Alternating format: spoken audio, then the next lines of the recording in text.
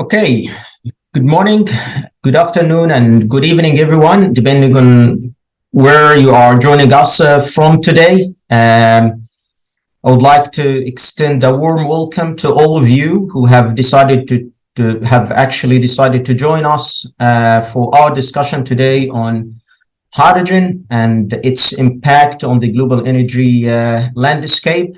As part of the E3 conference organized by Rita College.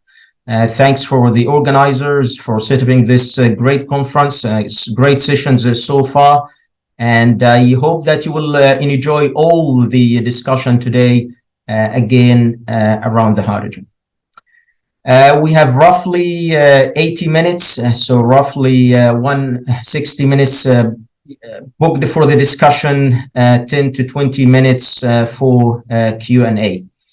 Today, I have the privilege of being joined by a distinguished group of hydrogen experts to share their insights, experiences, and visions for the future. And for our audience, please remember that if you have any questions, feel free to drop them in the chat box, and with the team today, we will do our best to answer again as many of them as possible toward the end of the discussion.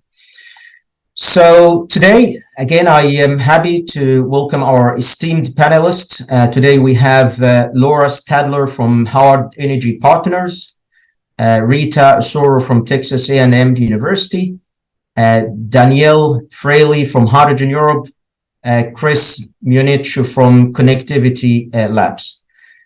So first of all, thank you all for joining us today. And to kick off the discussion, can I suggest that we go around the virtual table and have each of you to do some introductions, including maybe a bit of information about your journey in the hydrogen space.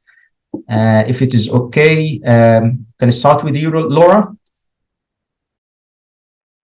Absolutely. Thank you for having me. And my name is Laura Stadler. I'm the VP of Strategic Development for Howard Energy Partners, the Low Carbon Solutions. I've been in the hydrogen space now for about 4 or 5 years. Started in the upstream drilling space, went into geothermal, and kind of followed the trail into hydrogen and CO2 from there, and have been bridging traditional energy with hydrogen companies to ammonia, the new projects happening here in the United States as well as the Middle East. Recently merged with Howard Energy Partners to bring our CCUS and CCS projects into theirs. And we are very excited to move forward here in the U.S. and really bring these projects online. Right. Thanks, Laura. Rita? Thank you. So this is ladies first, right? Okay. Hi, everyone. I'm Rita Esuru Okoroafor. I'm currently an assistant professor at Texas A&M University. My journey started with my background in petroleum engineering, where after my master's, I joined Schlumberger, now SLB, as a reservoir engineer. And I spent about 13 years moving between different product lines and different roles, both technical and non-technical, and, kind of gained a very good grasp of the industry by having the privilege of working with several clients, as we'll call them. And then afterwards, I decided to move to do my PhD in geothermal energy. Spent 4 years doing research in the enhanced geothermal system space. And then after that, I joined the Stanford, Center for Carbon Storage, where I did some projects related to CO2 storage and hydrogen storage. And in fact, there at Stanford, we're able to develop the first comprehensive site selection criteria for hydrogen storage in porous media. One of the interesting things I saw when I was moving from the oil and gas industry into this low carbon energy space was the similarities between skills that, that cuts across all the different disciplines. And so I decided to, transfer all my skills to kind of expedite the knowledge and the research in that area. I currently look at, still looking at geothermal energies, carbon storage, and hydrogen. But the focus on hydrogen, because it's something that is not very well understood from a subsurface perspective, I have been looking at different ways of understanding it, both from an experimental point of view and numerical modeling point of view. So we try to bring in all these ideas and see how we can make hydrogen storage in whichever form in the subsurface as optimal as possible. Thank you. Interesting. Thanks very much, Rita. You brought actually a good point. I'm sure that we will touch on it in the discussion. So thank you. Moving to you, Chris. Yeah, hi, my name is Chris Muench. I originally come from the IT sector, worked for Siemens as an architect for 16 years, then joined Microsoft for a couple of years and started my own company around industrial IoT in 2009. And in the last 2 years, actually 3 years, I shifted my focus towards the energy market and specifically hydrogen, looking at integration of components in the energy market. I'm working for the IAC and the OPC Foundation to work on the energy standards for communication in the future for microgrids specifically. And hydrogen is a big focus point of that. I'm working also with a company that builds electrolyzer, a company in Upter. And so lots of interesting connection point with hydrogen. I have a hydrogen system in my backyard. I'll talk about that later. Right. Yeah. Not a lot of people there having such things, Chris. Definitely will be very keen to hear your experience so far with it. And then last but not least, Danielle. Hi, good afternoon. Thanks for the invitation. So I'm at the moment a Chief Policy Officer at Hydrogen Europe. Hydrogen Europe is the association representing the industry in Europe, with more than 500 members, where I've been working there for the last 2 years, leading the policy work. Myself, I'm an engineer on telecommunications with background also on renewable energy. I started almost 20 years ago, working on renewable energy policy, been working for solar sector, for the wind sector, and also I have looked into the bioenergy. And I started hydrogen journey around 9 years ago in a consultancy where we started to work on certification process and the definition of green hydrogen. We're still working on that definition, also in the US, and I will be talking about that later. But yeah, I've been looking hydrogen mostly from the perspective of production and the interactions with the electricity system. Thanks. Right. Thank you, Danielle. Thanks, everyone. So as you can see, we have really carefully selected a good mix of hydrogen experts today, covering different parts of the hydrogen value chain, academia, industry, investment, and policies and regulations, which all are important when it comes to going through the hydrogen story. So yeah, I look forward for the discussion. Again, just another reminder for the audience while going through the discussion. Again, if you have any question, please don't forget to drop them in the chat box, and my colleagues here will and myself will do our best really to go over the vast majority of them towards the end of the session. Before jumping into the main subject, into the details, I always think is better to start from a high level, talking about and my question is related. My first question will be related to the colors of the hydrogen. I know that certain regions, countries started to move away from coloring the hydrogen, but it is still, I think it's a good way to distinguish between the different types of the hydrogen. So Rita, if you don't mind taking this question, can you help us today to differentiate between the different hydrogen colors and types, and in principle as well, why the hydrogen types matter? Okay, so bear in mind you're asking a professor to answer this question, so it could come as detailed as it could be. Okay, but let me start with the second part of the question, why it really matters. Is because we are in some sort of energy mix where we want to be able to access energy that is cheap, low carbon emitting, and as well being available, sustainable. And so we need to really understand, when we're getting any of this hydrogen, for whichever source we are getting it from, what does it play in this, our energy mix? And so we try to separate them into different colors that kind of explains what's the relative CO2 emissions related to it, or greenhouse gas emissions. So that's basically the kind of basis for the coloring we see, just on a nutshell. But these definitions are still being evolving, as Daniel had mentioned. So I'm going to start with the most often source of hydrogen, which is steam methane reforming. And we get that when we, use natural gas, we kind of pass it through this process of steam methane reforming to generate hydrogen.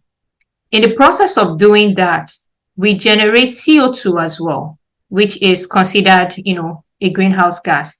And so this one is the gray hydrogen. This is the hydrogen that we know is the hydrogen that has often been used and is considered, a source that gives high CO2 emissions. Another way we get hydrogen is through gasification from coal. And when we go through the process of this gasification, we also produce some amount of CO2. But this one from coal is considered brown hydrogen, or some people call it black. So it's in those regions. So these are the two main colors of hydrogen that have been used for quite some time. As we started thinking of how can we reduce the CO2 emission content of the hydrogen we're generating, we thought about the other ways in which we could produce hydrogen. And that's where things like renewable energy comes in.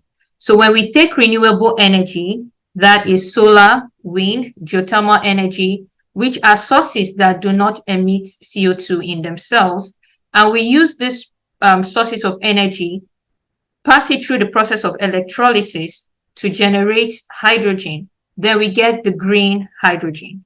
So lots of people, you hear green hydrogen, and it's basically because the original source is a source that is considered low CO2 emitting, like the solar, winds, and geothermal energy. We still have some other colors that have been going on around. We've heard of white hydrogen, and that is the natural hydrogen that exists in the subsurface. Now, these ones, there's currently some, attention given to white hydrogen, because if we can find hydrogen just existing in the subsurface in sufficient quantities, it's really going to help the hydrogen economy because it's going to be low cost. However, this hydrogen in itself doesn't come with 100% purity. It still has some other things associated with it. And if we also go through the process of trying to stimulate the subsurface to produce this hydrogen, we will potentially be producing some other greenhouse gas emissions. Okay, so we have the white hydrogen. If we use CO2, we take CO2, we're trying to sequester it into the subsurface, into some certain kinds of rocks, and we, in the process, generate hydrogen. That process where we're sequestering CO2, generating hydrogen, will lead us to what we call the orange hydrogen. So it's yet another one that people are talking about, and we could also use that same process of injecting CO2 into the subsurface, because the areas where we find these natural where the source of the natural hydrogen are usually high temperature, high pressure regions. They are somewhat like geothermal energy regions. And so this orange hydrogen could be produced, and at the same time, we can even use hot CO2 to generate geothermal energy. So it's another part of it. So we have other colors. You will hear about yellow hydrogen. You will hear about pink hydrogen. So we have hydrogen that is produced when we use the electricity from the grid itself to do the electrolysis process. Now, the source of the energy for the grid could come from any source. It could come from solar, wind, nuclear, whatever it is, but this is the grid one. And so most times they call it yellow hydrogen. So there are different nomenclatures depending on whom you're speaking with. There are different colors. I don't know if we're able to cram all of them. You will hear of turquoise. It's also one of the hydrogen sources where we're still producing from fossil fuel, but we try to use the CO2 that is emitted for other processes as well. So I think that's what I was saying in a nutshell. And if we want to know more, we can talk about it as we move on in the panel. Thank you. Thanks a lot, Rita. I think that now definitely clear, and I think it provides a good basis for our definition for the clean or the low carbon hydrogen versus the other types of hydrogen. Appreciate it. I think with this, I will make a good use of having Danielle today, and maybe I will follow with the question, Danielle, why the market is moving from what used to do a few years ago, coloring with the hydrogen, to use the term of low carbon hydrogen nowadays. Is there a specific reason for this? Yeah, thanks. So I guess the question also is, I also want to complement on what Rita said about why the hydrogen. And as I said before, I've been working on renewables for a long time, right? And what I experienced was that we're going to hit a wall, right? The more you put variable renewables into the system, the electricity system, and we're trying to electrify as much as possible, then we have challenges with the integration of those renewables. And electrification cannot reach all type of sectors, so we cannot decarbonize all dirty processes like we're doing today in refineries or in fertilizer production, for instance, or steel making. So that's why we're going there. I've looked into a lot of studies and models on the energy system for 2050. And there you have that even with the high electrification rates in the energy system, you will still need around 15 to 20% of hydrogen or hydrogen derivative fuels, to decarbonize this hard to electrify sector. So that's why it is very, very important. Now, to your question, why are we seeing low carbon hydrogen more and more? I think it's clear that at least in Europe, although the focus was on developing green hydrogen, because obviously that comes from renewables which are very sustainable or more sustainable than other sources, and they are renewable, and we have them in Europe, so we don't depend on importing fossil fuels. That's the policy focus, but we have been realizing that getting new renewable installations to produce this hydrogen is very challenging, and the rates at installation that we need to achieve are massive. So it's clear that it will take some time until we are able to ramp up all the installations of renewables and electrolyzer technology as well to have sufficient volumes of green hydrogen. So we are looking into these low carbon hydrogen solutions, being, as Rita was saying, from fossil fuels or elsewhere, maybe from a natural hydrogen in the subsurface. So, and I think that's also maybe to bring also the US. That's how in the US it's being focused at the moment. There is no color, and to the color blindness, if you wish. It's more about incentive system based on the emission reduction that you can achieve. And so I think that's a bit different between Europe and the US, but I'm happy to develop later on that. Absolutely. Thank you very much, Danielle. And I think I will also take a step back and borrow what you mentioned, Danielle, why the hydrogen? So let us start with this question, without going from my side into details, and you have the right to go to all the details. But my question is to everyone in the team today, why hydrogen? Simply as it is. If you don't mind, Chris, maybe we can start with you. Sure. So I was kind of looking at all different interesting technologies when I started in the energy business a couple of years back. And a friend of mine was building this new company around green hydrogen electrolyzers.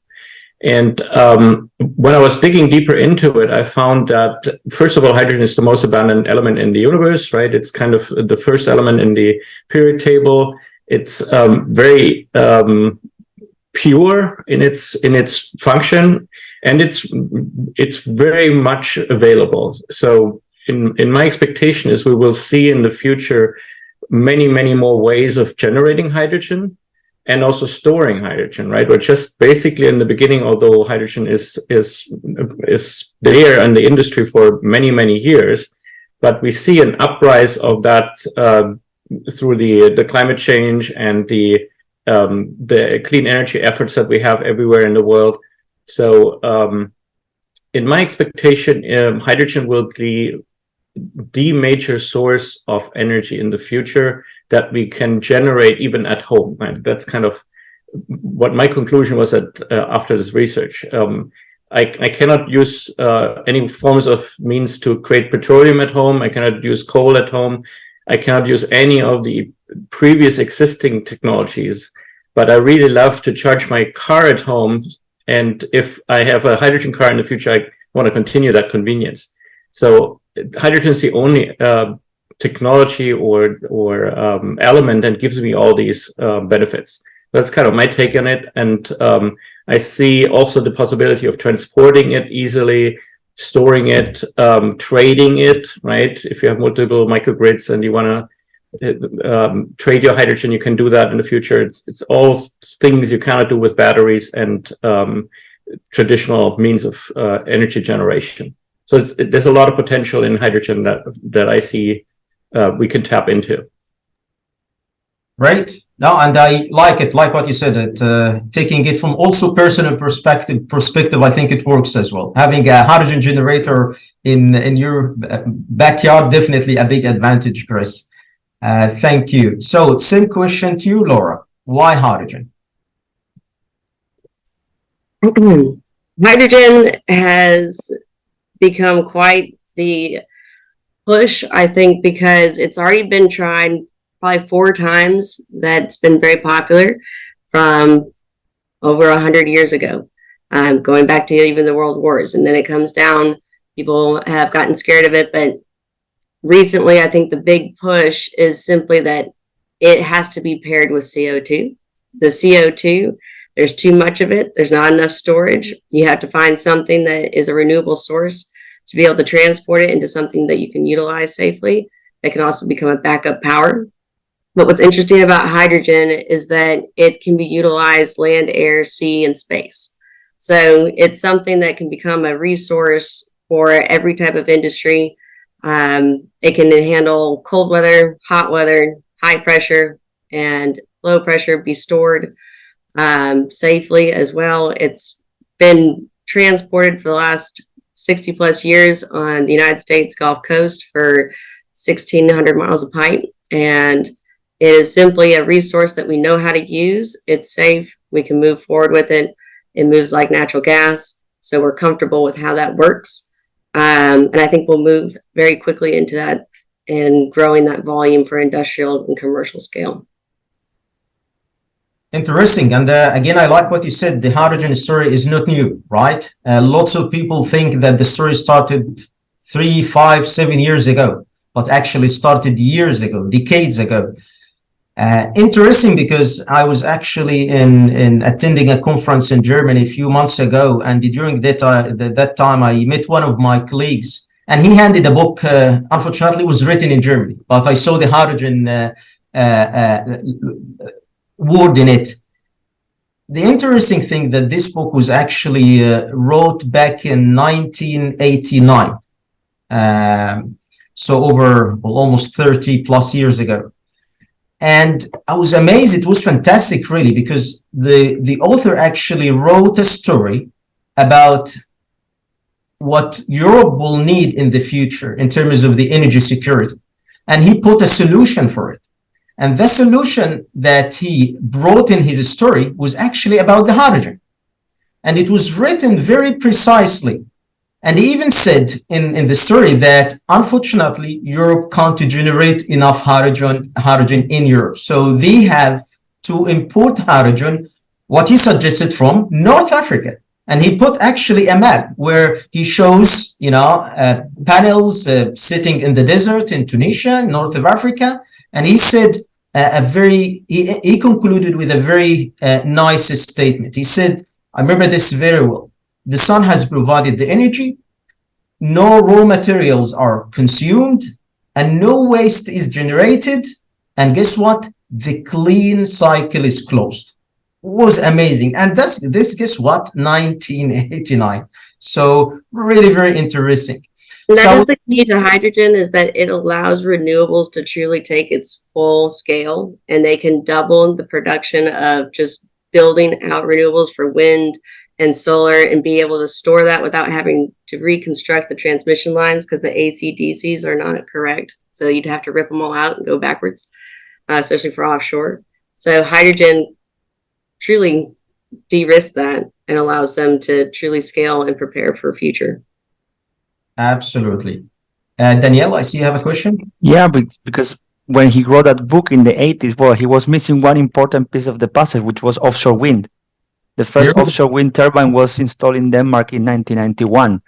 So, in fact, you could reap all the energy resource of the sea and the wind within the European seas and use it for production of hydrogen.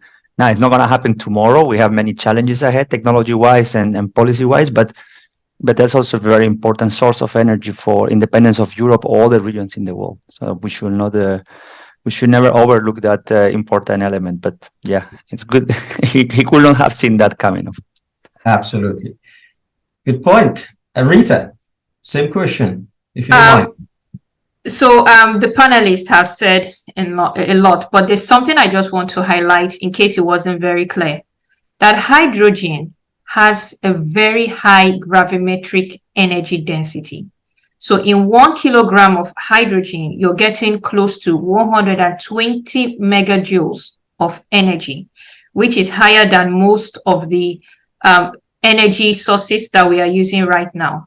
And so the challenge we have with hydrogen is basically the volume, because it's a very low dense fluid. So it has a low volumetric energy density. But if I take 1 kg of hydrogen, I have sufficient energy to power quite a lot of things. So let's bear that in mind. And so, when we think of it from the energy needs of the future, we begin to see the importance of hydrogen and why we need to see how we can manage the challenge of the volumetric energy density. The second thing is that hydrogen doesn't only solve energy needs, it's also used in industries. So there's also going to be a demand for hydrogen in other industries that utilize hydrogen, ammonia, fertilizers, etc., that use hydrogen. So we're going to also see that shift in the demand for those. And then finally, there are certain processes in hard to abate industries, steel, cement, for which hydrogen could fit in to help to reduce the greenhouse gas emissions. So it fits into many other industries apart from just the electricity generating industry. That's what I'll add. Great. No, all good points. I think also I can't miss what you mentioned, the energy density and the difference between the mass energy density and the volumetric energy density. And that indeed brings the need to use the hydrogen all the time at whether at very high pressures and definitely high volumes. And this is why hydrogen compression is also a key. Liquefying the hydrogen also could be also a solution to overcome this challenge. I'm always saying that among all of the different challenges the hydrogen faces and will face, one will still be there, which is again the energy density issue. But definitely there are ways to overcome this issue. And actually, I will move with this point actually to Chris, asking you, Chris, if you can comment in this. Remember that you mentioned in earlier discussion something about the compression and why it is critical or considered a challenge for the hydrogen and value chain in general. If you don't mind, maybe you can elaborate more about this, taking Rita's point here. Yeah, so when you look at the hydrogen like processing chain, you start with the generation of hydrogen, then you want to store it and transport it, and then at the end you use it, right? These are the three main components of the hydrogen mini value chain. We're pretty good now with the production of hydrogen through all these different means. But on the storage side, I think that's where we have still some challenges, because if you look at the whole efficiency of the system, every step of these three areas will lose efficiency during the process. You have losses during the electrolysis. You have efficiency loss during the storage, mainly compression. You need the power to compress the hydrogen. And you can do that from low pressure to high pressure. And the more pressure you apply, the more energy you use to compress the hydrogen, which goes down in your efficiency of your system. And then again, you have a fuel cell at the end, or you have a fueling system, which then also feeds it into a truck or a car that runs it through a fuel cell. And the fuel cells are also not very efficient. So in every step, you're losing efficiency from that 1 kilogram that has this potential to the end. And my research so far is, and I hope Rita is researching on that very hard, is that we get the storage right. Compressors are very hard to get. There are only a few companies that do that, focusing on hydrogen. Hydrogen is a very thin component, as we said. It goes through every material known to man. So you need special tanks for that. And all this combination is kind of my concern that I have around concretely the storage part. I think most of the research is currently focusing on the electrolysis and the fuel cell area, and we need more research on the storage side in order to not forget about this very important part of the value chain. But that's kind of my take on that, and I hope Rita has some more insights on that research in the storage area. So let me just add something. So that efficiency loss that you talked about is a very big issue, and it's a make or breaking deal, I'll say. Storage constitutes a small part of it, of the losses that we see, but it's still important, because if we can address the losses we see due to storage, we kind of, try to improve it. So we're moving from somewhere in the 30s to 40s, and then we're improving it to the 50s. So it's a small part, but it's still important in the whole value chain. That's what I will add. Right. Thank you very much. Indeed, I mean, storage in general also is again, indeed, one I agree with you both is a critical issue with in the hydrogen value chain that needs definitely more work to overcome or to improve the efficiency of it. So we talked about the storage. Maybe I can stay with the transportation of hydrogen as well, considered as again one of the key challenges for this industry.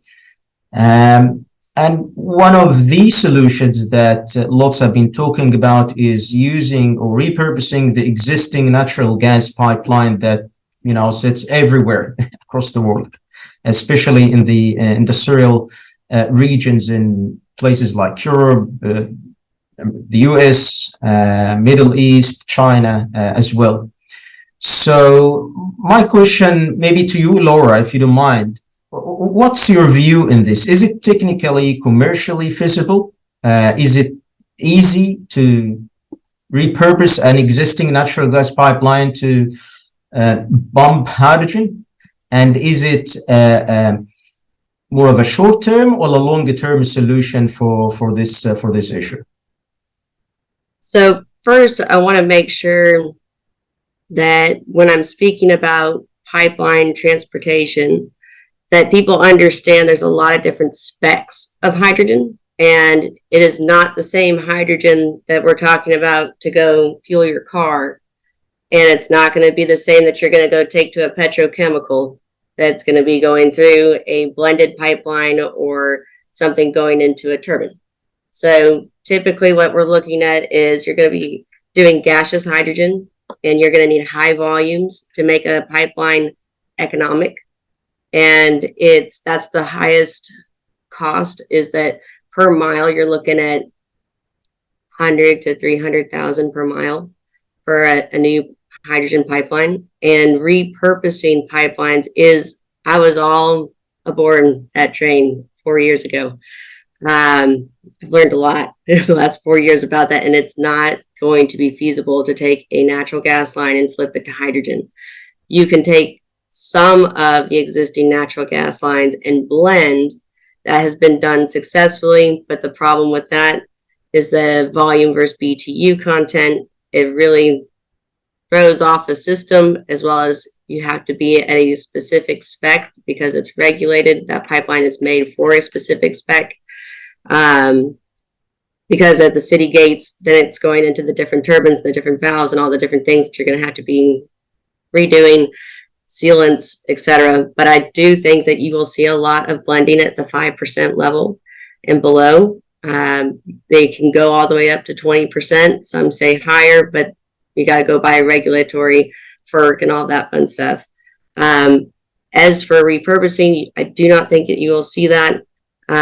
You just can't meet you won't find the right specs for it, but you can use existing right-of-ways. And here in the US, that is extremely key. If you can find the right-of-ways, which for those that don't know, that is the line in which the pipe sits. So that's what you get permitted through all the landowners. That would speed up the process. But again, the permitting process takes quite some time. You're looking at, for a major pipeline, 3 years to get through some of that. Great insights, Laura. Thank you very much. And I think later as well, we'll dive more into this subject as well. I think it's really very important. And I would like to take it to Danielle as well.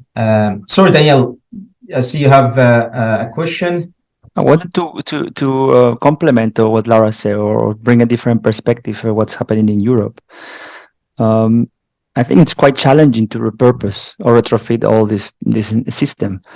But main reason is because there is no business case. At the moment, there is plenty of demand for natural gas. And so when is the right moment to turn your pipeline into carrying a gas, which so far has little demand and a lot of uncertainty on how it's going to be produced and at which volumes, and also linked to the specs and which standards do you need to apply to, and there is a lot of work under development.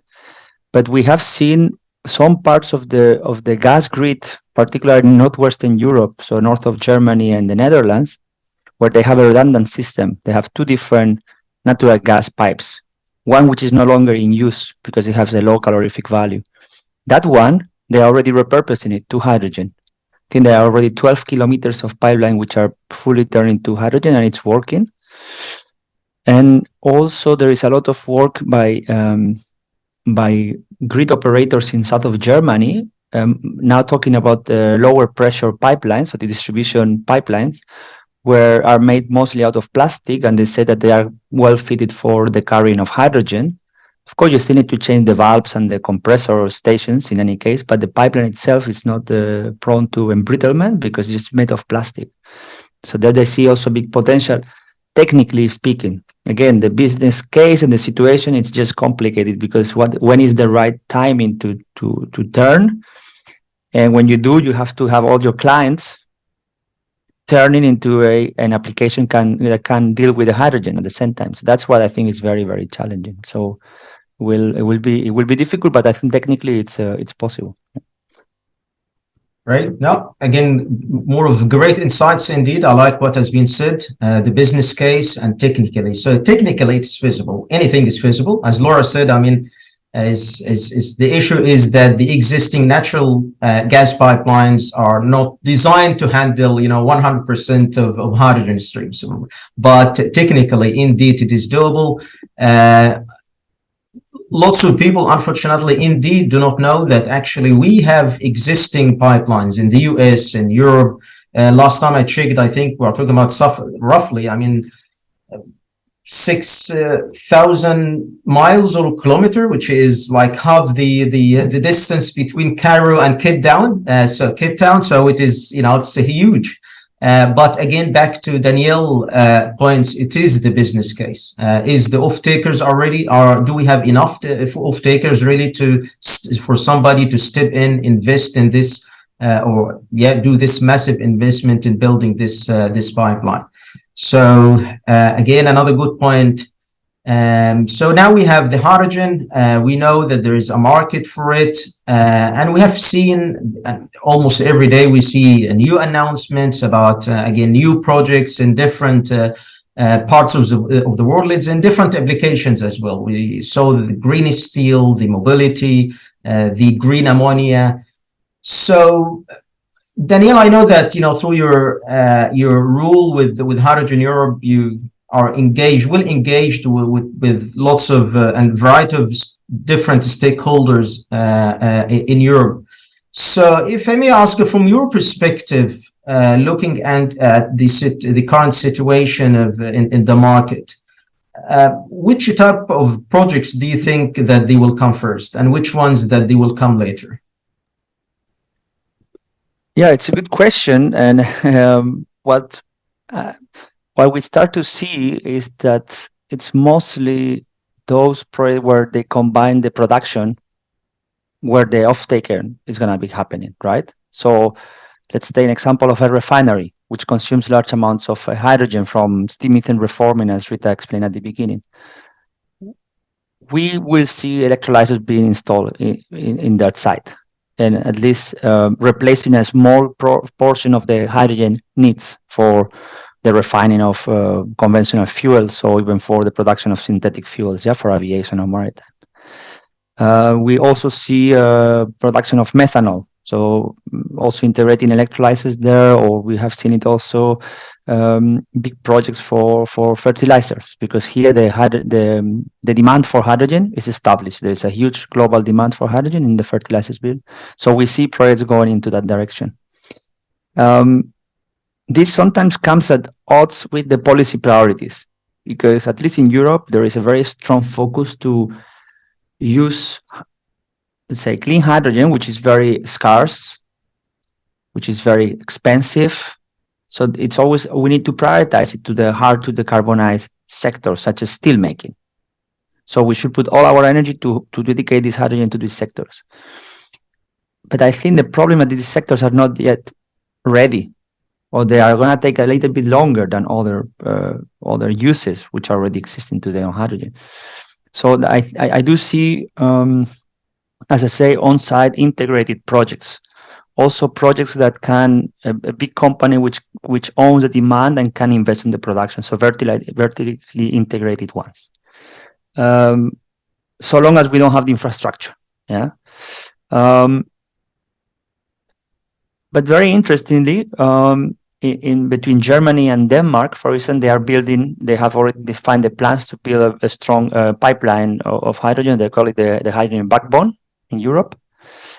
And there was an auction for production of hydrogen production projects in Denmark, which announced the results last week. And you can see that all the winning projects, which actually were asking for significantly low amounts of subsidy, we're talking somewhere below $1.5 or 1.2 euros. Those projects, all the winning ones, are located in areas which will be very close to this pipeline, which is going to be built in 5 years' time. So we will see also more of these independent projects being brought into the market. And then I think one of the other, at least in Europe, because of how the policy has been shaped, another type of project which will emerge quite rapidly is solar photovoltaic projects, which are waiting to have permits to connect to the power grid. They don't get them because the power grid is saturated. So they're going to go and directly produce hydrogen and inject the hydrogen in the natural gas grid as blending. I think that type of project, we're going to see them a lot because they can be built fast and they can enable the development of renewable energy quite quickly. So that's might be a bit difficult in terms of the business case, finding the off-taker of that hydrogen, because it will be merged with the natural gas. So its value, it's reduced. But those type of projects, I think, are going to also, we're going to see a lot of them in the next couple of years. Right. So interesting point, and I will have a question later on this also for Chris, but I would like to stay with you then, Danielle. You mentioned a word that I like, or started to like 2 years ago when I started working with Hydrogen Europe, which is policies, right? I'm always saying that the hydrogen story started with the at the climate change side, right? But the real kickoff for the hydrogen industry came when the policies started actually to get into the game.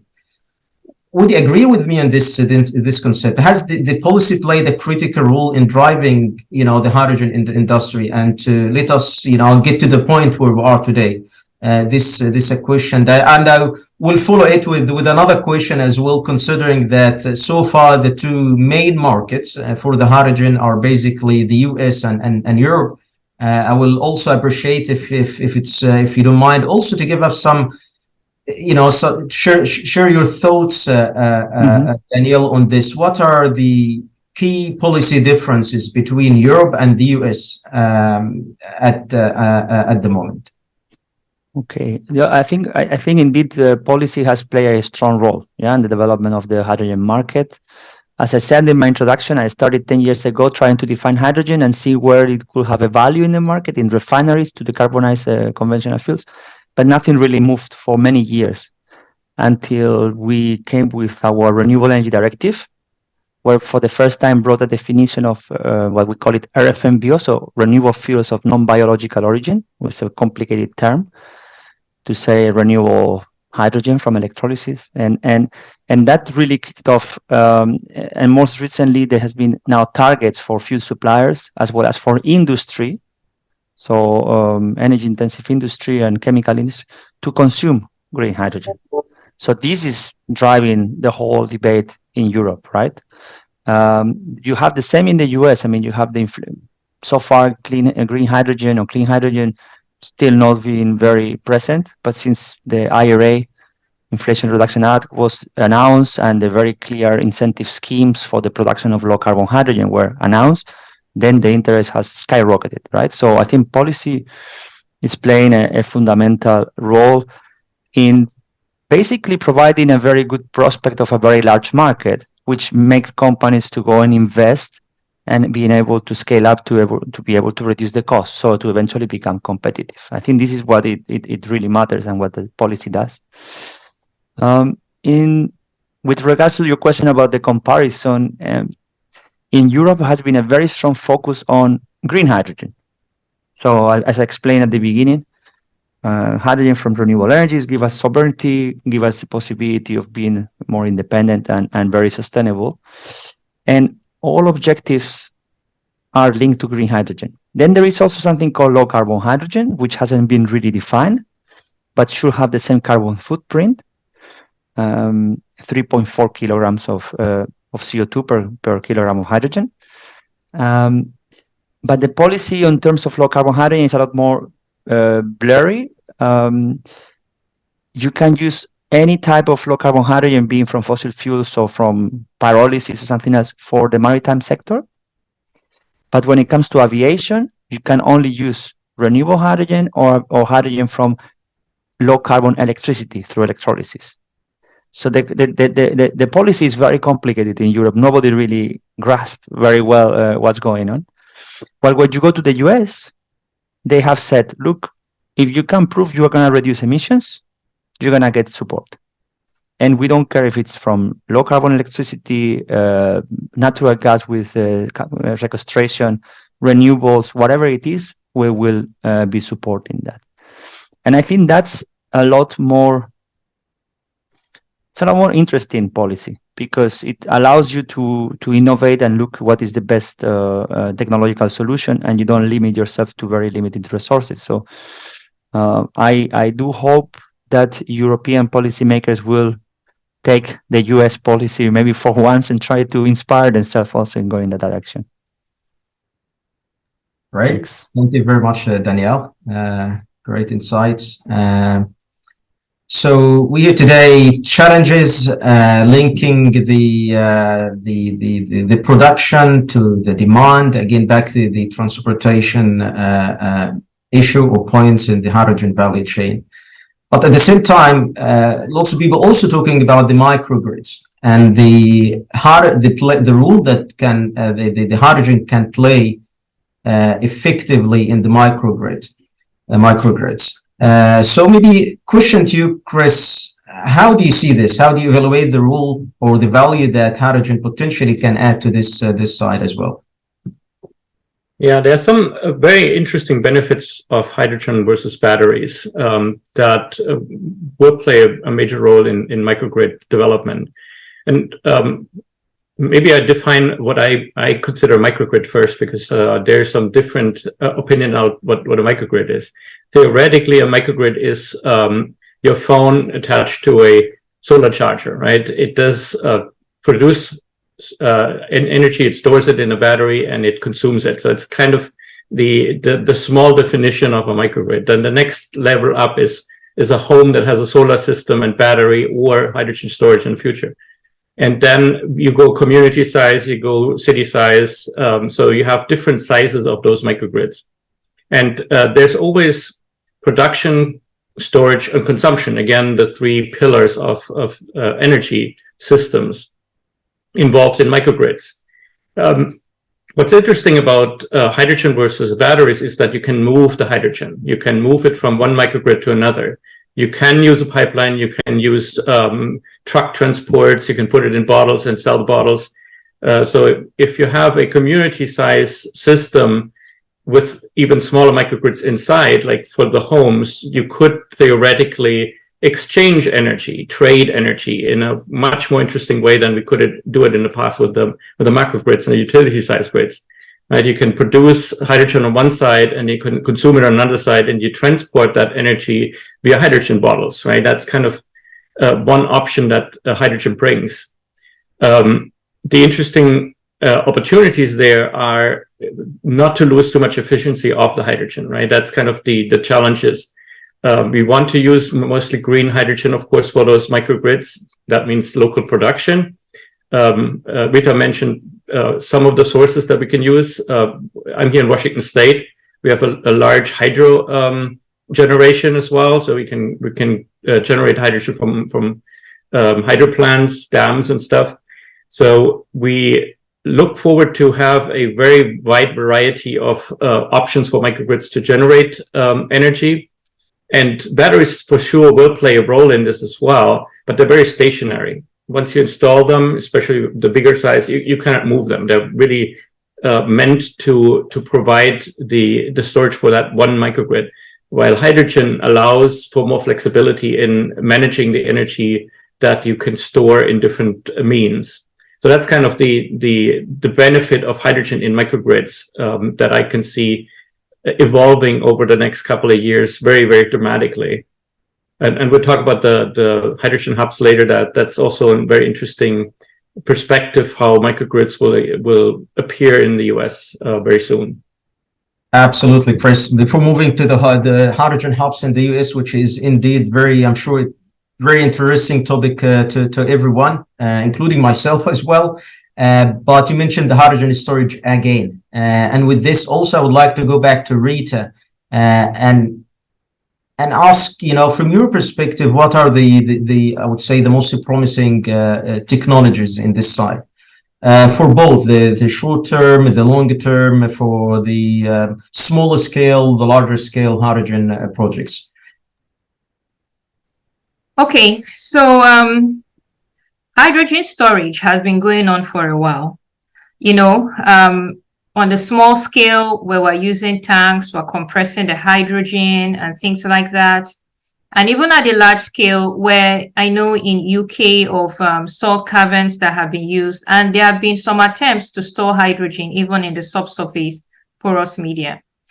But in terms of how we are going, if we begin to see this increase in demand for hydrogen, both for fuels, fuel cells, we see it for industries, we see it for electricity, then we have to think about methods of storing it. Now, closer to where we have things like solar and wind, where there's intermittency, if we're going to be curtailing energy, then we now have to start thinking of large-scale storage. So by curtailing, meaning that my solar plant has the capacity, a given capacity, let's say it is 4 megawatts, but the demand for the capacity at a given point in time is not sufficient. And so I have an excess generating capacity of my solar plants for which I need to kind of stop it from producing. But that excess power that is available, I can use that power, go through the process of electrolysis and generate hydrogen. And the amount, when I was looking into the curtailed energy in California, it's huge. So that amount of hydrogen, if we are able to generate it and store it, then we will be able to convert it back in the future to generate power. So we will be needing large-scale storage. And things like salt caverns have been proven and will be very useful to complement, intermittent energy sources. However, we do not have salt caverns everywhere, or, it's not everywhere in the world we could create them. And so we now have to start thinking of possible use of subsurface media geologic storage to store hydrogen, which is still something in research, and maybe I could talk about that later. But because of the capacity of possible curtailed energy, we need those large spaces to contain them and high pressure. We have to think about something like ammonia. So, when we take hydrogen in itself and we try to transport it, somewhere else, Laura talked about, the fact that it might be in gaseous form and things like that. But if we're able to take this hydrogen and convert it to ammonia, we have a better volumetric energy density as of the time we have this hydrogen contained within ammonia. And then we are able to ship it, we're able to store it in, normal containers. And then when we're ready to use it, we can convert from the ammonia to the hydrogen. So things like that, I think, there's going to be research, there's going to be more applications towards that area. There are also some other low carbon organic materials that will be used that are being researched on, in place of ammonia, because ammonia in itself has its own shortcomings, challenges with the regeneration. So there are people that are investigating other possible organic compounds that could be used for that. And so if we get a breakthrough in that area, it's also going to be a possible way for storing hydrogen in the meantime before we are able to use it. And it will also at the same time help with transportation. But in terms of short-term, we would use the basic things that we normally use, tanks, some pipelines, there are some pipelines that are, used for storage. Just compressing the gas, liquefying it will help for short-term and smaller quantities. And then there's also research on materials, some kind of material that could absorb the hydrogen and store them. But again, quantity-wise may not be sufficient, but they will help us for short-term and medium-term storage of hydrogen. Right. Thank you very much, Rita. And I think I will start off with the answer. You spoke about ammonia, liquid hydrogen, gaseous hydrogen, and ask a question maybe to you, Laura. That was on the storage side, but also on the transportation side. Again, have been lots of people talking about the ammonia, the liquid hydrogen, or the gaseous hydrogen, or the e-methanol, or the e-fuels are potential solutions that may help in transferring or transporting the hydrogen from where it will be produced to where the demand is.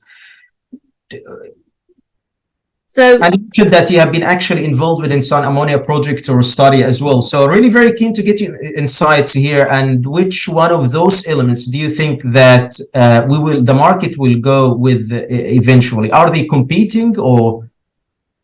I think everyone just needs to get going on it. It's the big thing. So I'm actually headed to what's called the Javelina plant for Howard Energy Partners, where we're actually doing a project with a company called Infinium, where they're doing the e-fuels. We're providing, helping on the CO2 side, and they take green hydrogen and making those e-fuels at a small quantity. But I think e-fuels is the future for making sure that you can utilize the CO2 and hydrogen for decarbonizing, especially the hard to abate sectors. There's a lot of movement on growing that e-fuel sector as a direct use in production at the site. West Virginia, we've got a CCS project where we're dealing with hard to abate sectors where we've had to go through from power plants, from coal plants and natural gas plants to steel making and iron making, aluminum and petrochem. Some of them have a huge amount of emissions, but the spec of being able to find 2% of the CO2 in their stream isn't going to happen for a major carbon capture. So the best way to decarbonize them is to go post combustion, meaning going to how they're utilizing their fuels and bringing hydrogen in. So looking at, can you blend hydrogen into it? Can you utilize hydrogen in any kind of way to start decarbonizing your facilities? So that I think is going to be a popular way of being able to combine, again, that CCS with hydrogen. But ammonia is going to be probably the best way to transport large quantities, because you will not see a liquid hydrogen tanker by, maybe there might be one or two, but it's going to take a while to get those built, and it's not economic. It's negative 420 something degrees to keep it liquefied. Ammonia, on the other hand, it covalently bonds with hydrogen, so it's 3 hydrogen to 1. And what happens is, so if you're carrying 3 times the hydrogen than hydrogen itself, because of how it covalently bonds, it flattens itself, I guess, in a way. Which is interesting. And people are actually very comfortable with ammonia, and countries are very comfortable with ammonia. It's fertilizer. It's not exciting when there's a safety concern with ammonia, but we won't talk about that today. But it is very much ready to go on shipping, on transport. I mean, the United States used to do a ton of ammonia. I think it was pre-World Wars, and then it went down to South America, and it follows stranded natural gas and cheap gas is where you find ammonia. So then it went to Russia, Ukraine. Now that's up for grabs. So it's an interesting market and an interesting play by many countries, kind of in that race of who can hold that commodity. And going back to another way of transporting it, I think you're going to see a ton of remethanization. You see it in France. It's one of my favorites because it's easy. It's a need. The infrastructure is there. You can do injection sites. You do the carbon capture. You do green hydrogen, and you have specific injection sites to go into the existing pipeline.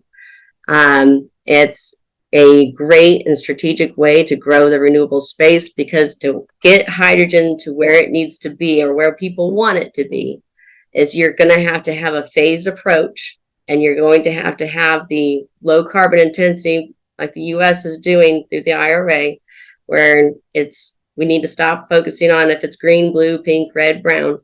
It's where does each of those colors fit the best? Because the one thing we haven't discussed is the other problem is both SMR and electrolyzers use a ton of water, and it takes a ton of power to also desalinate or to go make sure that basically there's a lot to the process.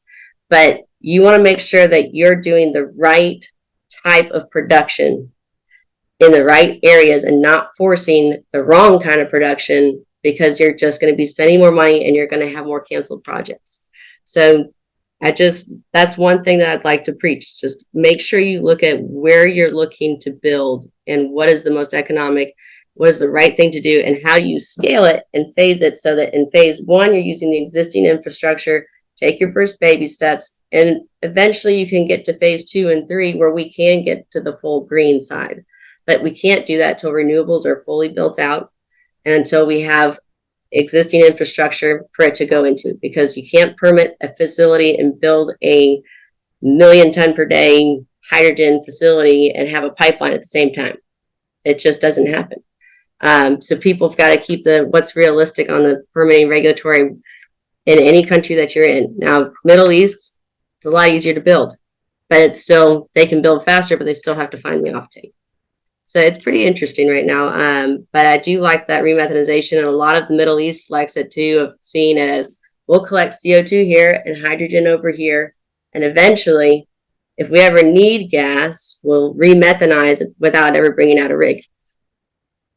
No, very interesting point, Laura. Thank you very much. And I do agree with you 100% that regions are different. Each region, each country actually has its own nature, and what can work for one probably is not the other solution for another one. So absolutely very important point. You mentioned definitely the Inflation Reduction Act, and definitely the cadence that this has created for the hydrogen, not just in the US, but in the world, was exceptional.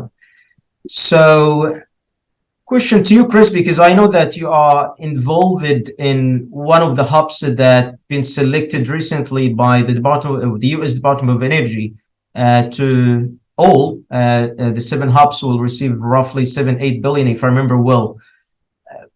Really interested to hear more about this project and the time frame, the applications that will be involved. It's a really interesting business model, and I will appreciate if you can maybe shed some light or shedding more light on it, if you don't mind. Yeah, sure. So I think 2 or 3 weeks ago, the Department of Energy, together with the White House, announced the 7 hydrogen hubs that will be created in the US.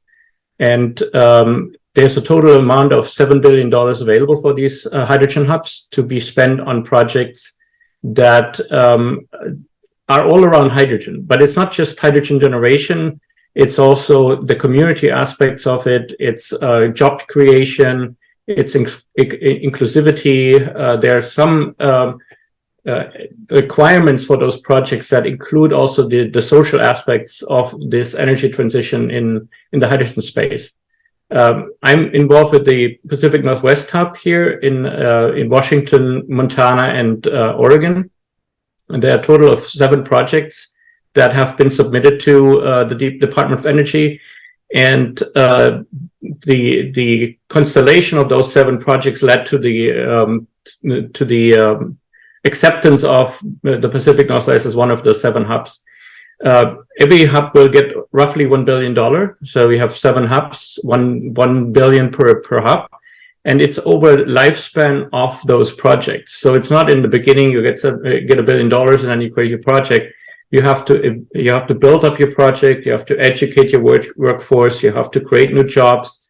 You have to build those facilities. You have to come up with a plan how to use the hydrogen. So there's a lot involved in that.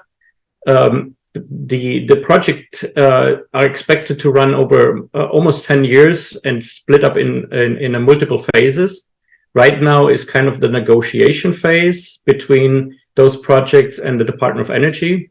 That should be concluded by late next year. And then the first money will flow into those phases. And after every phase, there's like a gate that you have to fulfill in order to get continuous funding for your project. So it's a long-term investment, not just in 1 year, $7 billion. It's over 10 years period of time.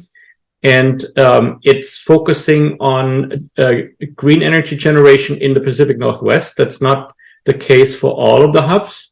Some of the hubs are using nuclear to create the hydrogen, and other means that depends on the region where it's been created. The other interesting thing about the hydrogen hub is that in the Pacific Northwest, we have a very strong focus on as you know, on the green agenda. And one of the commitments that Washington State specifically made was to move all government vehicles to hydrogen in the next the next 10 years, basically to 2035. We're talking about 70,000 vehicles that will be shifting from petroleum or gas-based cars to hydrogen-based cars. And when I say cars, right, we're talking more the buses, we're talking trucks, we're talking about Department of Transportation plows and stuff like that. So it could be more commercial built cars, but it will also go down to the maintenance vehicles that you have running around the highways and providing services to highway generation. So it's a very ambitious project. In Washington, Oregon, and Montana, I said there are 7 projects involved. I'm currently working with the city of Centralia and Sahalis on a transportation and a transit authority bus refueling system. So that's kind of the first project of those 7 that will kickstart in March next year. And it's about specific bus routes between Seattle, Portland, and the east of Washington that will be run on buses that are purely refueled with green hydrogen. The hydrogen will be produced on site in Centralia. There's the last coal mine of Washington still running, which will be closed down in 2025. And all those workers of the coal mine will be re-educated and brought into the green, in the green space, let's say, right? They're not just doing hydrogen, they're also doing solar, they're doing wind. We have a lot of hydro in this area. And the company that is behind that, TransAlta, made a commitment to bring all those workforce people into the new age of energy transition, which has a very, very strong focus of hydrogen in that area of Centralia. So it's a very exciting opportunity. It's a long-term project. It's built for the future. And like Danielle said, right, it's a policy that fosters and pushes a lot of other investigations and investments from VCs and angels into companies that start around hydrogen. Right now that there's a public view of hydrogen, we have more focus of the investment community also on hydrogen. I am originally from Germany, so I see much more public presentation of hydrogen in Germany. So if you're watching the news or you're watching documentaries, there's much more going on in Germany than here in the US. I have not seen a single announcement of any news station about the hydrogen hubs, which I find a little bit sad. It needs to become more into the public mind that hydrogen is coming, and that fosters then a big push into VCs, angels, and of course, new projects, new companies that are created around that. But the insiders know about the hydrogen hubs, and they're starting to focus on providing technologies and research to those different projects. If you want to learn more about that, the Department of Energy has a sub-department at the OSED, the Office of Clean Energy Demonstrations, that is in charge of the hydrogen hubs. They have an excellent YouTube channel where they basically go through all the webinars. They explain in detail what the process is, who can participate. They also have some excellent videos explaining why hydrogen and how the government is seeing the opportunity there. So I can only recommend go to YouTube, look for the Department of Energy official YouTube channel, and look at all the webinars around that, and you will learn a lot about how this whole process is shaping. It's a big boost in the energy in the hydrogen business for specifically this region here, of course, but also the other 6 regions that have qualified for the hydrogen hub. Great. Thank you very much, Chris. I think, yeah, no doubt that same as the Inflation Reduction Act, when it came, has definitely created a very positive hydrogen everywhere. I'm sure also the hubs, the concept itself, and the step the DOE has taken 2 weeks ago, I think definitely will make another difference in the market as well. And we started to see, right, European companies, businesses actually started to stepping in or other announcing that they are planning to do, moving to the US. Definitely what has been announced attracted their attention, and they see lots of potential in the market there. Unfortunately, we have only 7 minutes left today, but and I see we have a couple of questions that we need to take. But before moving to the Q&A, I have a question to you all. Maybe in 1 minute, if you can give an advice to the audience today, and the majority are students. university students. What advice do you have for young individuals aspiring to enter the hydrogen industry, the hydrogen market? Lots of people at this age talks about it and their ambition, and that they would like to, to get involved. And how can they find the right opportunity? Maybe you can start with you, Rita. 1 minute, quick one, please.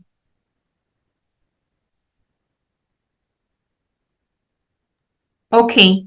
So for what I would say is that, most of the young people would see other industries that are very much advanced, the fossil fuel industries, the solar industries that are even more advanced, and the hydrogen is coming up.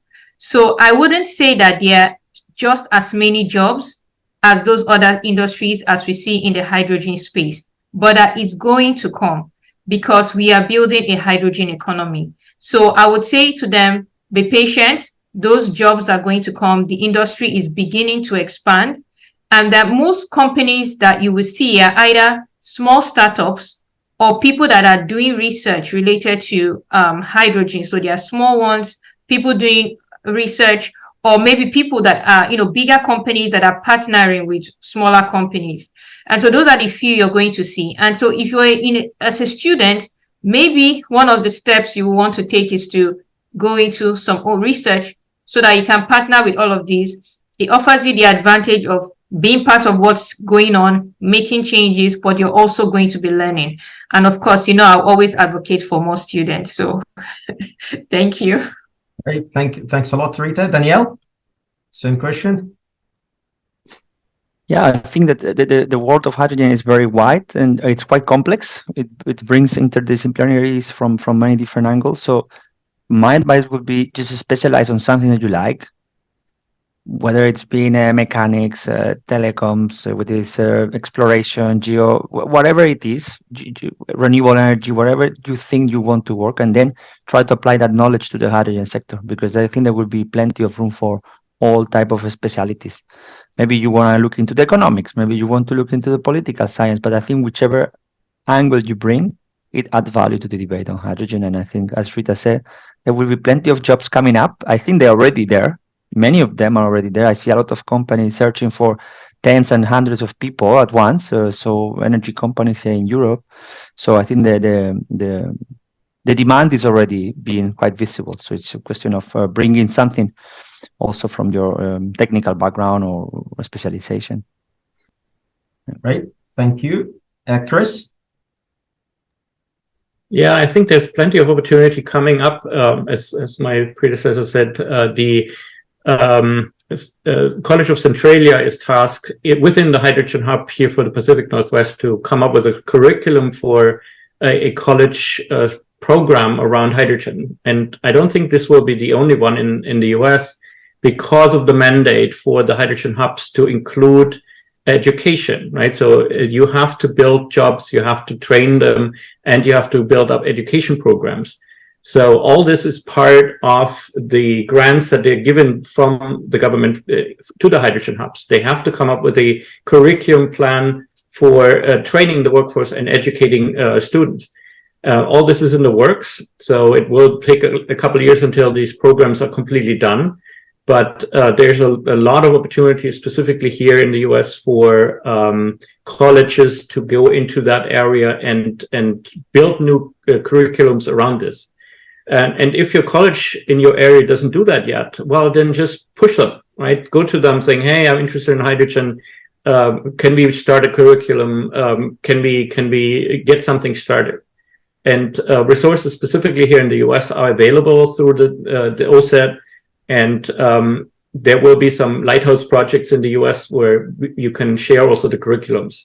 I'm helping with the curriculum in the Centralia College, so I'm really interested in hearing areas of interest where this could be extended to. So it's all coming. It's now starting, right? Although hydrogen is there for many years. The hockey stick hopefully is just going up right now. Right. Thank you very much, Chris. Last but not least, Laura, same question. Can y'all hear me okay? Yes, I hope that you're Okay, not great. driving, Laura. No, I got my Here we hydrogen go. expert over here. We're headed to the Javelina plant, so I apologize for moving around. But I think this is probably the most exciting time in the industry. It's a very pivotal time in this industry and in globalization. I think it's the best time for people like yourselves to have the chance to help change the narrative of energy. It's not about oil and gas. It's not about pointing fingers at whose fault it is. It's not about just going to wind and solar. It's how do we utilize all of our existing assets to move forward and to get to where we need to be to help the global population actually get to power and infrastructure and being able to get light there, and getting that understanding is key before you jump into the market, because if you come in only for one piece of it, that's not where we need to go. We need to go into how do we weave this all together? How do we scale it efficiently, safely, and in a way that can move us forward faster? Right. Thank you very much, Laura. Unfortunately, we passed the 80 minutes been booked for us, so we have to respect the time. I know that we have a couple of questions that we had to answer, but I will work with the organizers to send the answers to these questions. So again, as our discussions comes to a close, I would like to thank you all, Chris, Rita, Laura, Danielle, for joining us today. Very fruitful discussions, very great insights. I enjoyed it myself. I hope everybody in the call enjoyed it as well. And I also, again, thank everyone has joined the discussion today. And yeah, let us keep the hydrogen conversation going. And I'm sure together, with all the key stakeholders working together, definitely we can shape a greener future for this world. So again, thank you. Have a wonderful day and take care. Thank you very much.